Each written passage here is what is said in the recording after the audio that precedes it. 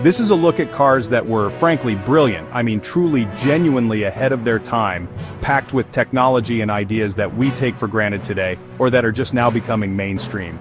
But, and this is a big but nobody bought them. Let's explore the most advanced cars that nobody bought.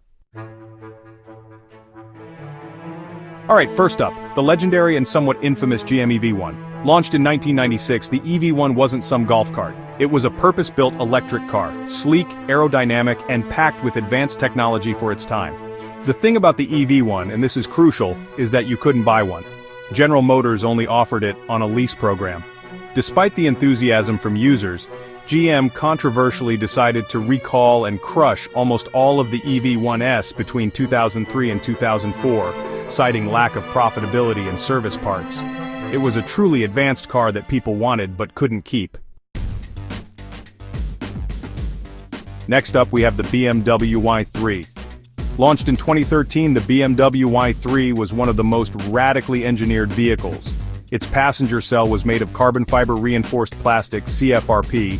Designed for urban use, it had a modest electric range and a range extender option. It was expensive. All that innovation came at a price, making it a niche player.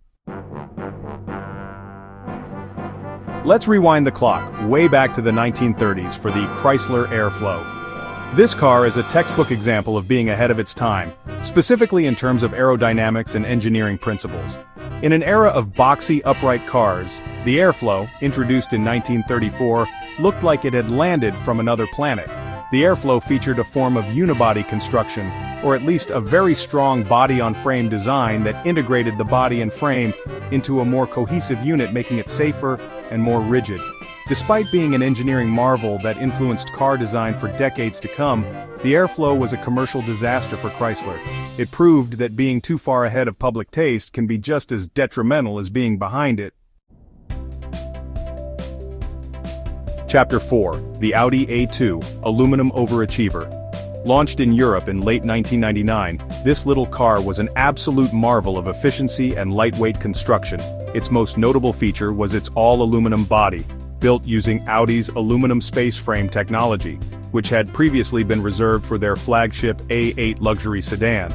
The A2 wasn't just about the aluminum though, it had a very aerodynamic shape, a tall boy design that maximized interior space within a small footprint, and a very clever service hatch or service clap at the front, instead of a traditional hood. All that aluminum and advanced engineering made it significantly more expensive than conventional steel-bodied competitors in the small car segment. A brilliant piece of engineering that the market simply didn't understand or appreciate enough at the time. Chapter 5. The Mazda RX-8, Rotary Rebel with risky doors. The Mazda RX-8 dared to be different with its Wankel rotary engine and unique freestyle doors. Produced from 2003 to 2012, it featured smooth power delivery and a high revving nature. The RX-8's rear-hinged doors provided access to surprisingly usable rear seats. Owners faced higher oil consumption and maintenance demands.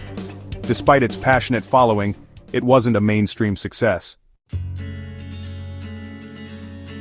Chapter 6. The Honda Insight, Gen 1, 70 mpg in 1999. The original Honda Insight, launched in 1999, was a hyper-miling hero, Honda's first hybrid aimed for the best fuel economy. The EPA rated it at 49 mpg city, 61 mpg highway, but many achieved 70 mpg or more. It featured Honda's integrated motor assist, a lightweight aluminum body, and an aerodynamic design. Despite its efficiency, it was too small and unusual for widespread appeal. The third-generation Toyota MR2, known as the MR2 Spider, offered pure driving pleasure but struggled with its looks. Launched in 1999, it was Toyota's answer to the affordable, lightweight mid-engine sports car, competing with the Mazda Miata. Weighing around 2,200 pounds, its 1.8-liter engine provided brisk performance. However, its styling was divisive. Its bug-eyed front end drew comparisons to the Porsche Boxster. Practicality was almost non-existent. There was virtually no trunk space. A brilliant car to drive, but its looks and lack of utility held it back. Oh boy, this one, the Nissan Murano Cross Cabriolet. Launched in 2011, It holds the rather dubious distinction of being one of the first, and thankfully one of the very few production convertible crossover SUVs. Nissan's idea, presumably, was to combine the high driving position and perceived versatility of an SUV with the open-air fun of a convertible. Unsurprisingly, the Murano Cross Cabriolet was a colossal sales flop. Most consumers simply couldn't understand the point of it. It was just too weird, too compromised, and too expensive for pretty much everyone. Let's talk about a car that looked like it drove straight out of a science fiction movie. The Subaru SVX. Sold from 1991 to 1996, the SVX was Subaru's luxury grand touring attempt. Designed by Giorgetto Giugiaro, it featured a radical window-within-a-window design, giving it an aircraft cockpit-like appearance. The SVX was expensive, competing with luxury brands like BMW, Lexus, and Mercedes-Benz. Buyers might not have had Subaru on their luxury GT shopping list, a beautiful advanced car that was perhaps the right product from the wrong brand at the wrong price. Finally, let's look at the first-generation Chevrolet Volt, launched in late 2010. This car was an extended-range electric vehicle EREV, with a gasoline-powered range extender.